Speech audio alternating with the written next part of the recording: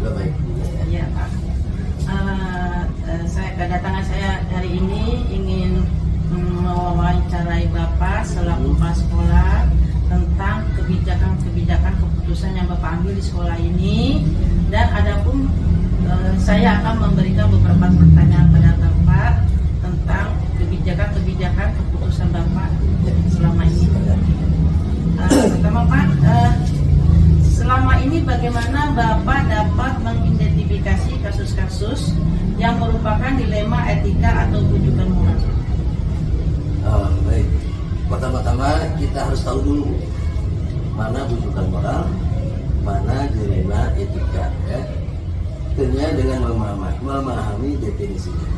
Pertama, misalkan dilema etika itu adalah, kalau dilema etika itu benar lawannya benar. Jadi situasi di mana keduanya benar tapi bertentangan dalam mengambil keputusannya ya. Nilai-nilai kebajikan sama-sama benar namun saling bertentangan. Yang kedua, rujukan moral, benar lawan salah. Kalau ini gampang mengidentifikasinya. Situasi di mana seseorang dihadapkan pada benar salah ketika mengambil keputusan. Biasanya juga pada kasus ini bertentangan dengan hukum, jadi mudah mengidentifikasinya. Untuk pertanyaan kedua ini Pak, selama ini bagaimana Anda menjalankan pengambilan keputusan di sekolah Anda, terutama untuk kasus-kasus di mana ada dua kepentingan nih Pak, yang sama-sama benar atau sama-sama mengandung nilai kebajikan? Ya sebenarnya sih hampir sama ya dengan pertanyaan nomor 1. Berhubungan lah istilahnya ya, mengidentifikasi kasus terlebih dahulu mana yang termasuk dilema etika atau rujukan moral. Sebenarnya cuman ini mengumpulkan informasi dulu tentang kasus yang terjadi. Jadi menganalisis permasalahan yang terjadi karena sama-sama benar mengandung nilai kebajikan. Mana kekurangan dan kelebihannya, mana mudaratnya, mana manfaatnya. Yang kedua, mungkin kita membuat plan A, plan B, ya, atau plan C, ya, atau, ya, dengan sharing pendapat misalkan dengan wakil atau guru senior atau penanggung jawab dalam hal tersebut. Jadi kita saling kerjasama Pak ya, antara kepala sekolah sama rekan-rekan senior yang lain ya. Oke Pak, untuk pertanyaan ketiga Pak, langkah-langkah apa atau prosedur apa yang biasa Bapak lakukan selama ini?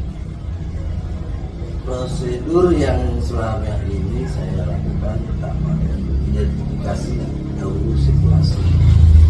Maksudnya yaitu konfirmasi kejadian agar tahu duduk masalahnya. Memanggil yang terlibat masalah. Misal pihak satu, lalu jika selesai baru memanggil ke pihak yang kedua secara masing-masing. Jadi masing-masing dulu, pihak satu dulu kita panggil, kita tanya apa masalahnya. Terus setelah selesai kita tahu permasalahan, baru kita panggil pihak yang kedua.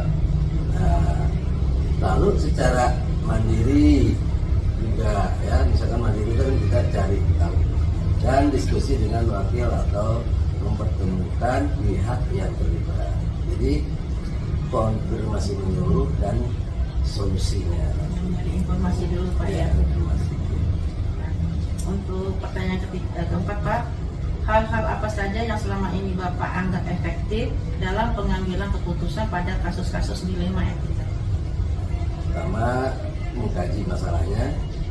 Yang kedua, menganalisis masalahnya. Yang ketiga, ajak wakil atau guru senior atau guru terkait agar menemukan banyak solusi. Kadang merefleksi pengalaman selama ini yang saya alami. Jadi berkolaborasi dengan guru yang lain Pak ya, untuk mengambil keputusannya. Tidak boleh kita mengambil keputusan sendiri, harus ada banyak narasumbernya supaya solusinya juga banyak. Ya. saja yang selama ini merupakan tantangan dalam pengambilan keputusan pada kasus-kasus dilema etika, Pak? Tantangannya ya, yang pertama dalam menentukan keputusan seperti misalkan kenaikan kelas ya, terkadang ada anak yang jarang sekali masuk karena mungkin problem atau gimana lah ya, di keluarganya ada masalah. Lalu misalnya saya merasa dilema antara keadilan dan kasihan, saya ada kalau di situ. Seharusnya sesuai dengan aturan, saya harus adil untuk tidak menaikkan anak tersebut di kelas selanjutnya. Namun karena ada perubahan sikap dan keadilan di akhir semester, saya mempersilahkan gurunya untuk menaikkan anak tersebut karena kasihan. Ya, sehingga terkadang dilema itu memang benar terjadi, benar bahwa anak tersebut melanggar aturan dan tidak usah bebas. Namun benar juga jika dia ditinggal kelas akan merusak masa depannya. Prinsipnya jangka pendek, jangka panjang. Iya, untuk istilahnya anak tersebut masa depannya.